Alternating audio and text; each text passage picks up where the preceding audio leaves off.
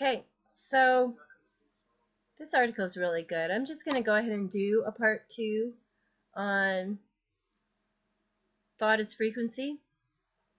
So this article, scientists prove DNA can be reprogrammed by words and frequencies. So I just thought it's really well put, and it's worth a part 2. So, and I'm doing it on the same day because I just feel like, you know, the whole thing, the whole concept is better done all in one day. So anyway, great article. The human DNA is a biological internet and superior in many aspects to the artificial one.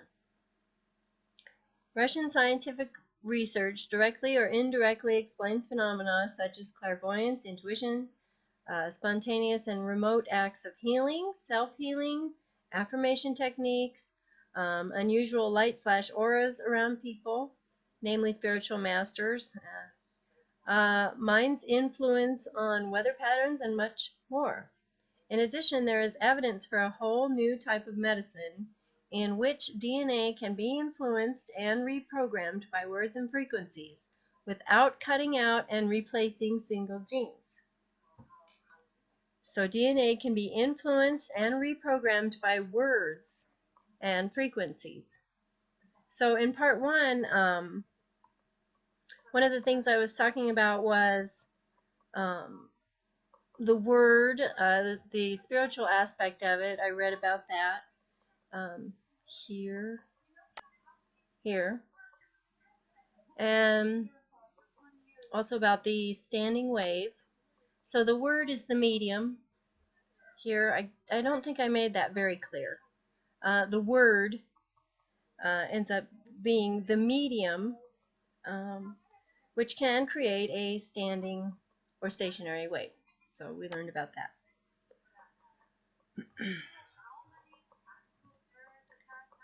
Anyway, let me get some water here.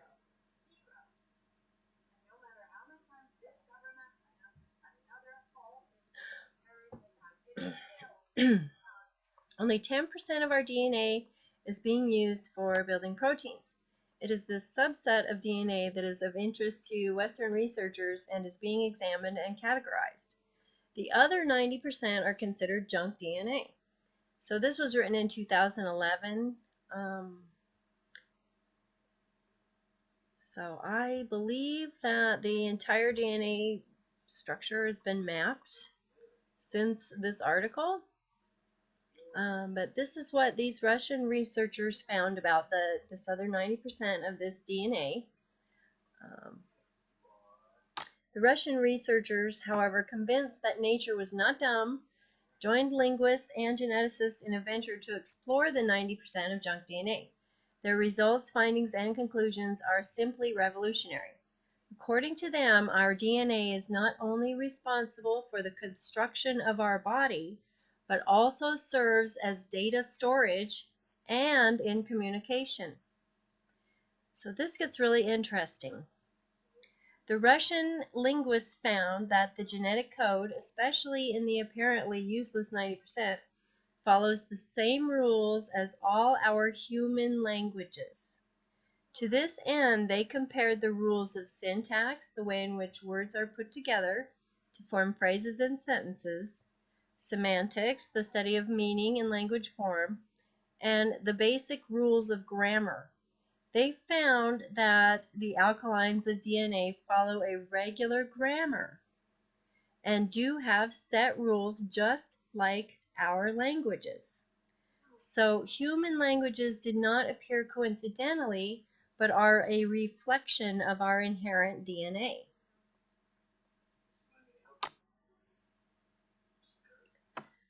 So the Russian biophysicist and molecular biologist, Peter, I guess, I don't know, and his colleagues also explored the vibrational behavior of the DNA.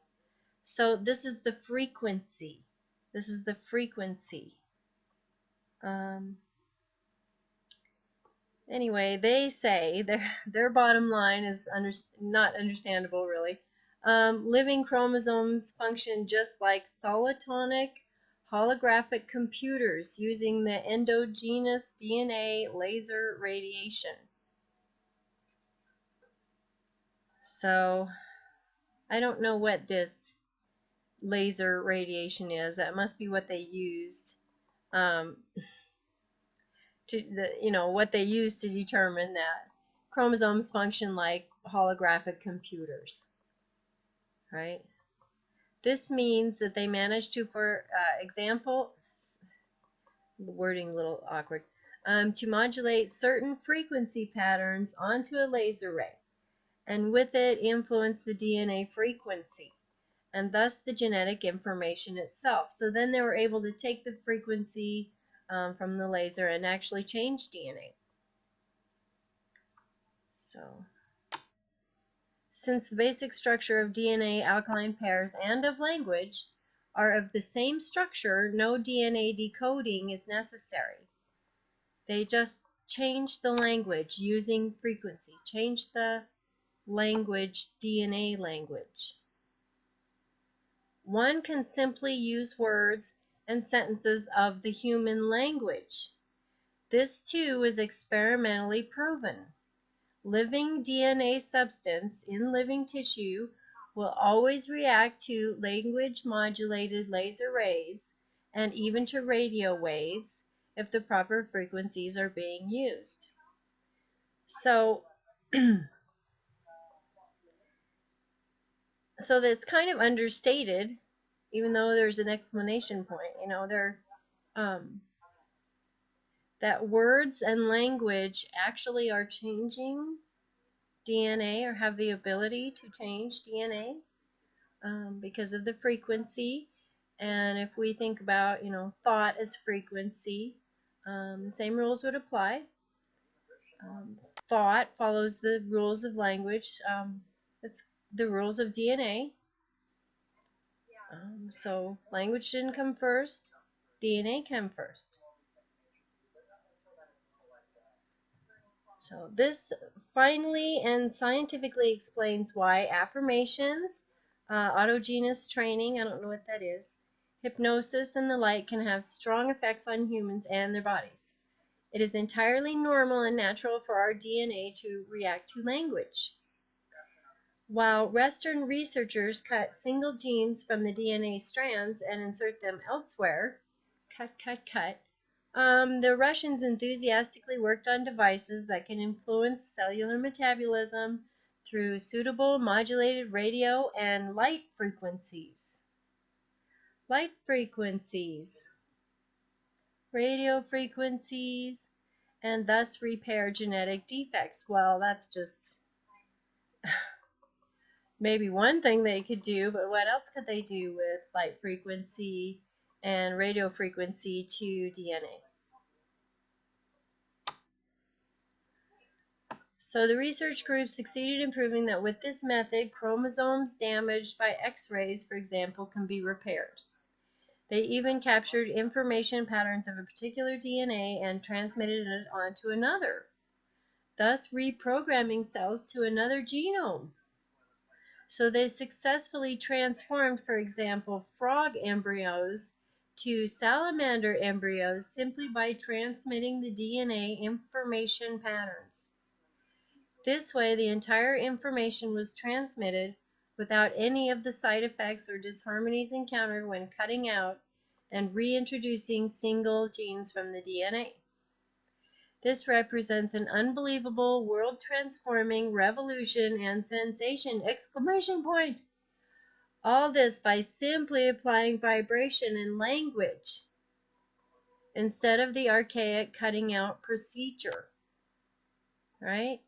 So vibration, I'm sure 5G probably figures into this somehow. Language, the spell casting from the TV and the music and the video games and the cell phones, the constant spell casting. This experiment proves to the immense power of wave genetics, which obviously has a greater influence on the formation of organisms than the biochemical processes of alkaline sequences. Way too far. Esoteric and spiritual teachers have known for ages that our body is programmable by language, words, and thought. This has now been scientifically proven and explained. So we pretty well know this, but here, this I think makes a little more sense of what is happening to people. Of course, the frequency has to be correct, and we talked about that in part 1. And this is why getting people into the alpha state. And this is why not everybody is equally successful or can do it with always the same strength. The individual person must work on the inner processes and maturity in order to establish a conscious communication with the DNA. The Russian researchers work on a method that is not dependent on these factors but will always work. 5G, anybody? Provided one uses the correct frequency. But the higher developed an individual's consciousness is, the less need is there for any type of device. One can achieve these results by oneself, and science will finally stop to laugh at such ideas and will confirm and explain the results. And it doesn't end there. The Russian scientists also found out that our DNA can cause disturbing patterns in the vacuum. Russian scientists also found out that our DNA can cause disturbing patterns in the vacuum, thus producing magnetized wormholes. Wormholes are the microscopic equivalent of the so-called Einstein-Rosen bridges.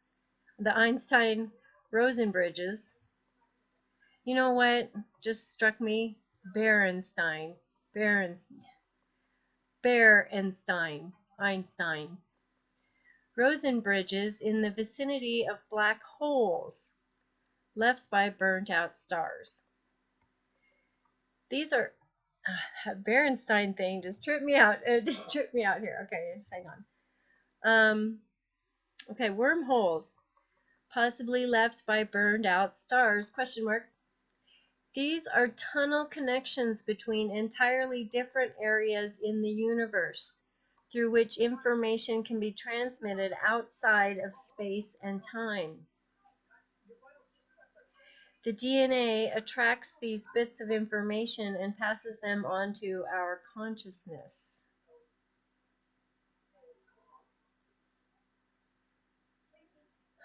So I think that gives us a pretty good insight as to what is going on with this spell casting and the use of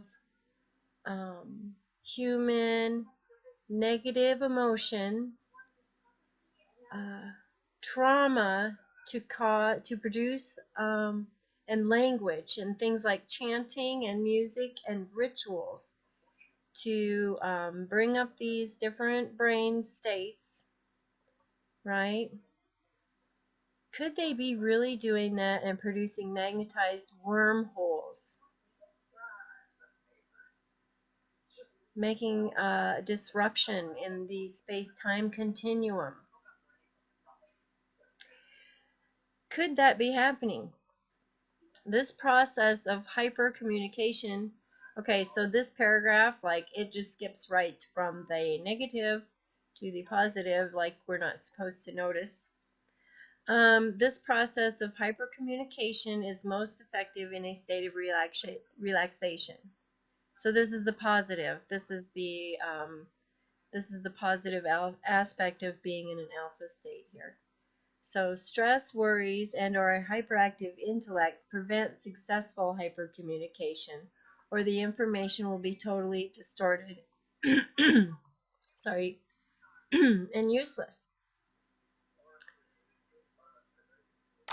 In nature, hypercommunication has been successfully applied for millions of years. So the organized flow of life in insect states prove this dramatically. Modern man knows it only on a much more subtle level as intuition. But we too can regain full use of it. An example from nature, so they talk about ants. We know all about the ants. Then they talk a little bit about some people that have had dreams where they learned things they didn't know before. When hypercommunication occurs, one can observe in the DNA, as well as in the human being, special phenomena. The Russian scientists irradiated DNA samples with laser light. Irradiated. On screen, a typical wave pattern was formed. When they removed the DNA sample, the wave pattern did not disappear, it remained. Many control experiments showed that the pattern still came from the removed sample, whose energy field apparently remained by itself. So this effect is now called the phantom DNA effect, just like phantom limbs. It is surmised that energy from outside of space and time still flows through the activated wormholes after the DNA was removed. The side effect encountered most often in hypercommunication, also in human beings, are inexplicable electromagnetic fields in the vicinity of the persons concerned. Electronic devices like CD players and the like can be irritated and cease to function for hours. So I hear you guys talking about this kind of stuff all the time. When the electromagnetic field slowly dissipates, the devices function normally again. Many healers and psychics know this effect from their work. The better the atmosphere and the energy, the more frustrating it is that the recording device stops functioning and recording exactly at that moment. And repeated switching on and off after the session does not restore function, but next morning all is back to normal. But.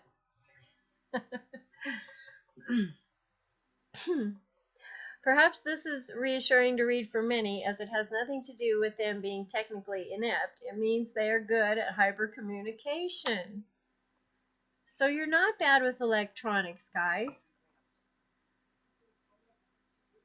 Alright, so let's see. These researchers also quote sources presuming that in earlier times, humanity had been, just like the animals, very strongly connected to the group consciousness and acted as a group. To develop and experience individuality, we humans, however, had to forget hypercommunication almost completely.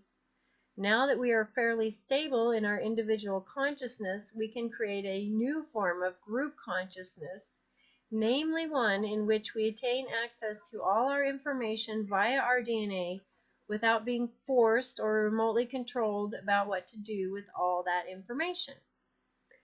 We now know that just as on the internet, our DNA can feed its proper data into the network, can call up data from the network, and can establish contact with other participants in the network. It's in the DNA. Remote healing, telepathy, or remote sensing about the state of relatives, etc., can thus be explained. Some animals know also from afar when their owners plan to return home. So I've seen that with dogs. That can be freshly interpreted and explained via the concepts of group consciousness and hypercommunication. Any collective consciousness cannot be sensibly used over any period of time without a distinctive individuality. Otherwise, we would revert to a primitive herd instinct that is easily manipulated. Interesting, huh? Hypercommunication in the new millennium means something quite different. Researchers think that if humans with full individuality would regain group consciousness, they would have a godlike power to create, alter, and shape things on Earth. And humanity is collectively moving towards such a group consciousness of the new kind.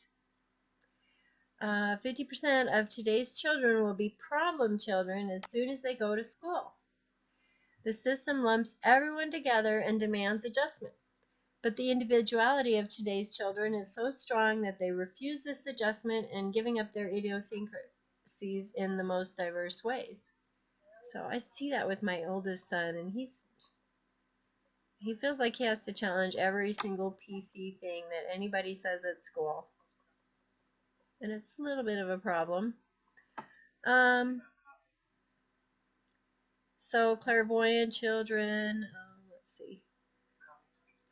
More and more clairvoyant children born. Something in these children is driving. And I don't know if that's true.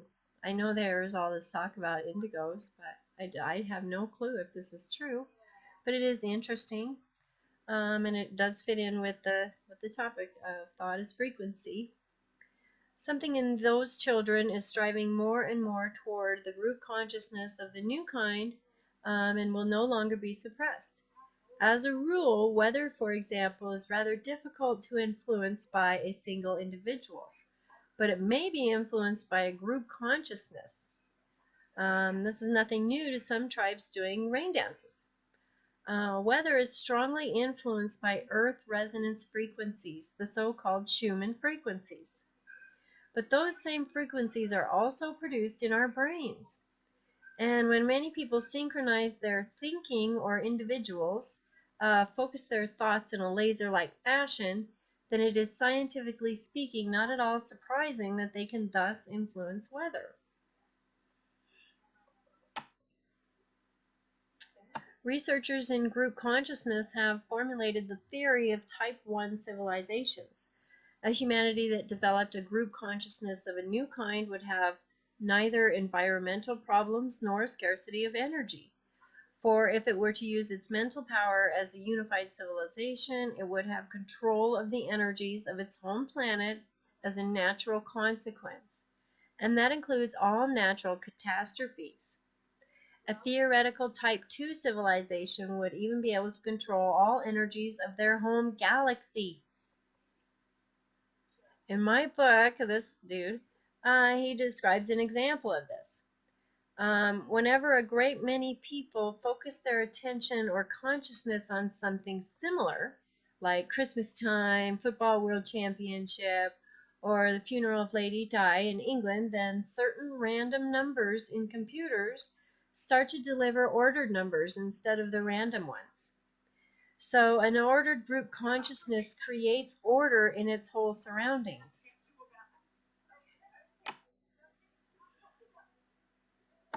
When a great number of people get together very closely, potentials of violence also dissolve.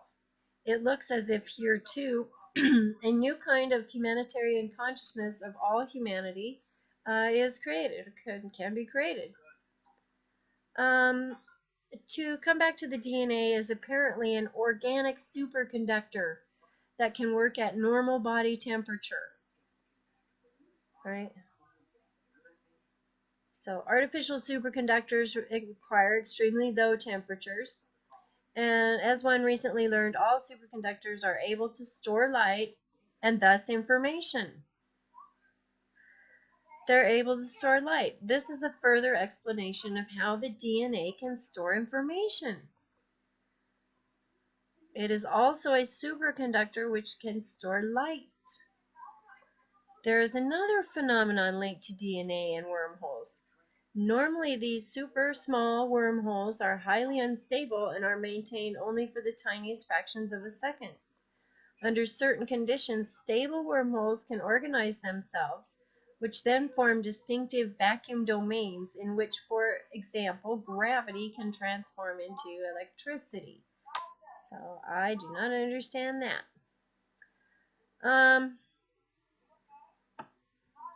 Vacuum domains are self-radiant balls of ionized gas that contain considerable amounts of energy.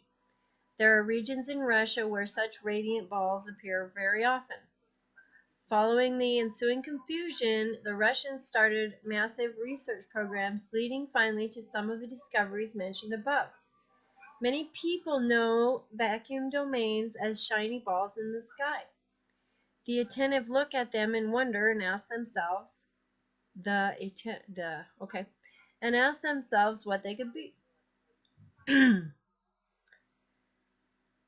I thought once, hello up there, if you happen to be a UFO, fly in a triangle. And suddenly the light balls moved in a triangle, or they shot across the sky like ice hockey pucks. They accelerated from 0 to crazy speeds while sliding gently across the sky.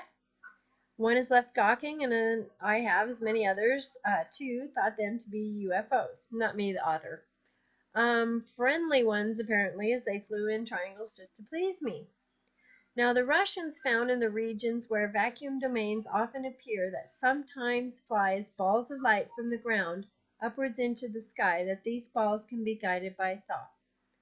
One has found out since that vacuum domains emit waves of low frequency, as they are also produced in our brains.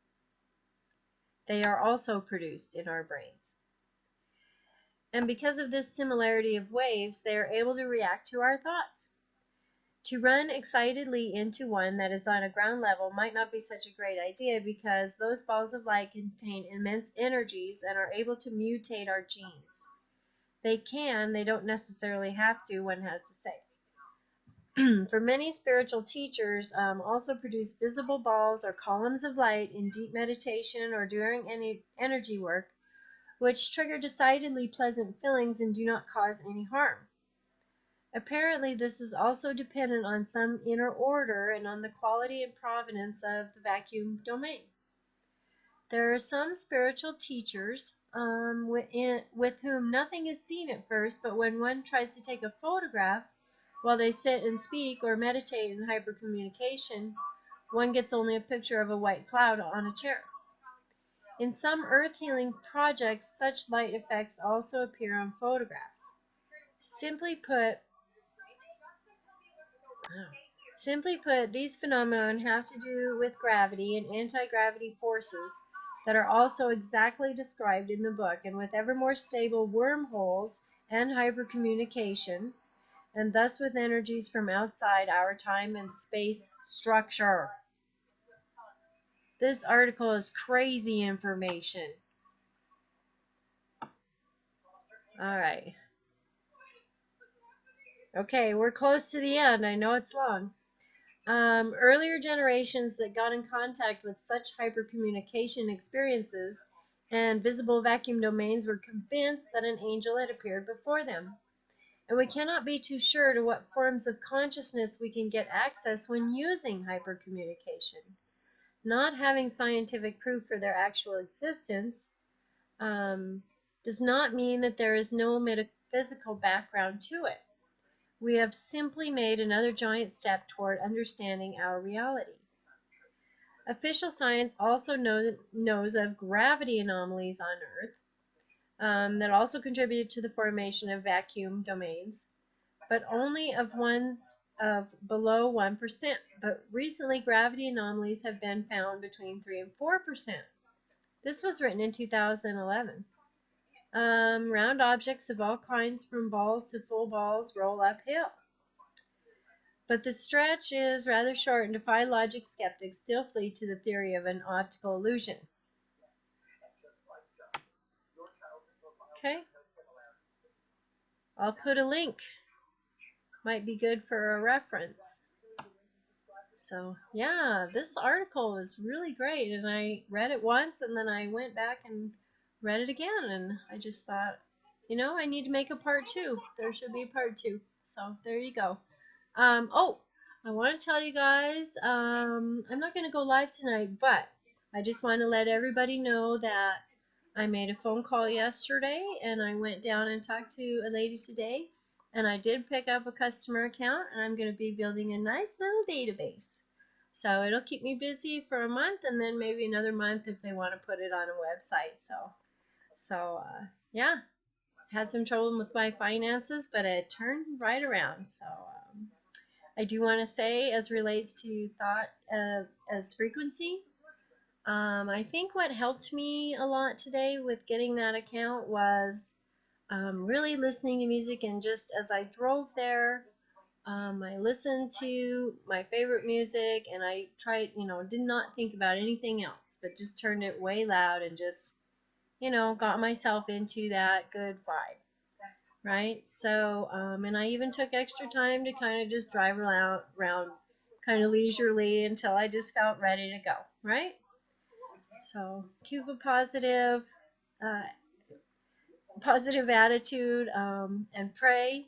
And I love you guys, and God bless you. And I'll probably go live tomorrow. I think I will. I probably won't post a video, and I probably will go live tomorrow. So good for you for listening to the end. I love you. God bless you.